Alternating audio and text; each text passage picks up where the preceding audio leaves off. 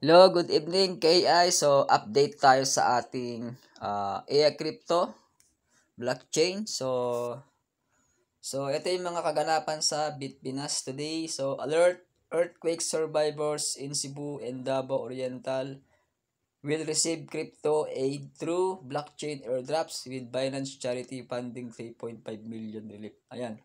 So, itong Binance ay nagkaroon ng liquidation itong nakaraang buwan. So, mamimigay itong Binance para makarecover yung mga na-loss sa trading. Okay? So, grabe yung bagsak ng crypto market. Okay? Last week.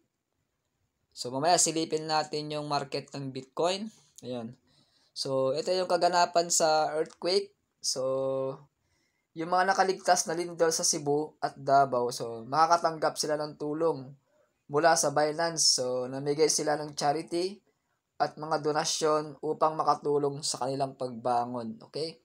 So, ang layunin ng Binance ay maabot ang mga apektadong pamilya at nabigyan sila ng kaunting ginhawa sa gitna ng kanilang pinagdadaanan. Okay? Pero samantalang itong gobyerno, wala ata silang naibigay pang relief. Okay? So, abangan natin. Okay? So, good news sa mga may Binance app. Okay, magkakaroon sila ng airdrops. Okay? Bibigay sila ng mga rewards o airdrops sa BNB. Ayan. Okay?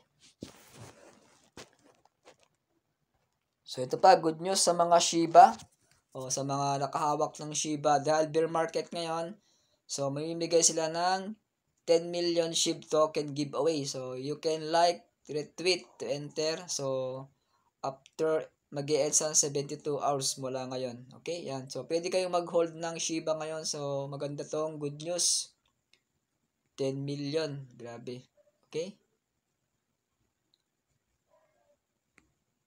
So, ito pa. So, meron silang itong gold prices going vertical for the same reason. So, marami mga kaganapan sa US. Nagkaroon ng mga tariffs. So, ang gold patuloy na tumataas. May silipin natin yung gold. Okay? So, silipin natin yung ating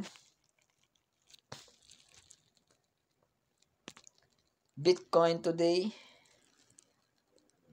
Dito sa CoinGecko o CoinMarket o CoinGecko. Ayan, so today nag-bear market na naman. So, itong opportunity na bumili ka ng Bitcoin today. So, dahil magwi-weekend sa ng bear market. Okay? Bitcoin. Ayan o. So, negative 5% yung binaba ng Bitcoin ngayong araw. Ayan o. So, kanina nasa 100 bumaba yan ng $104 o $103. Ayan o. So, 104. Bumaba pa yan ng 103. 103, 104. Ayan. So, today, so, nasa $105 ang Bitcoin. So, ayan. Pwede kayong bumili ngayon kung tataas ang Bitcoin. Ayan. Possible tumaas yung Bitcoin ngayon o consolidation sa 106 to 108K. Okay, bago lumipad. So, bukas maraming mga news. So, mas magalaw ang market pag Sabado-Linggo. Okay? Yan. So, disclaimer lang, ang Bitcoin is very volatility. Okay? Ayan. So, sa ngayon, medyo pataas na yung market unti-unti kasi malalim yan, negative 5%, no? So, from $112K o dito sa kahapon is nasa 110 o almost 112K bumaba siya ng 5% ngayon. So, ayan. Pwede kayo bumili ngayon ng Bitcoin kung tataas ngayon. Okay, good luck. Ayan. So, check natin yung mga iba pang mga crypto dito sa ating bubble chart.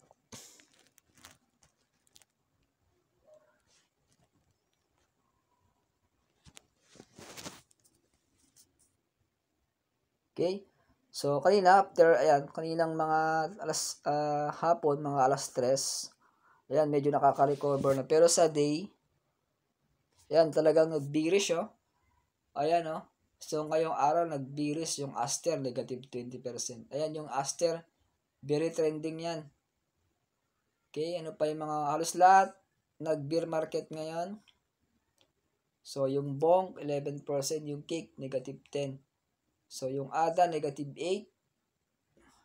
Yung Soul, ayan.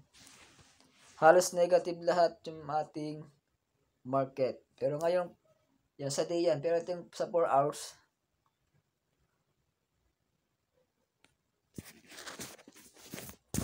Medyo nakaka-recover ngayon. Ayan, oh. So, yung KOA, yung taas ng kwan, tinaas plus 26%.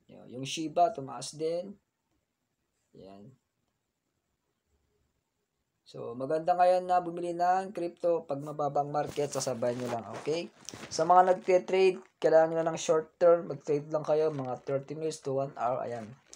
So, may mga signal ako sa GC, yun, pwede kayo sumabay sa aking blockchain. Okay, kailangan nyo lang mag-enroll sa ating crypto para makasabay ka sa mga trending na coins at yung mga signal trade namin, okay? Ayan, yan ang maganda. Okay? So, kung meron kang katanungan, so subscribe my channel pala, Jonathan Bit TV. Okay, click mo yung notification bell, then select mo yung all para updated ka sa mga next video ko. Okay? Hanggang dyan lang muna. So, thank you for watching. God bless day. See you tomorrow. Bye-bye.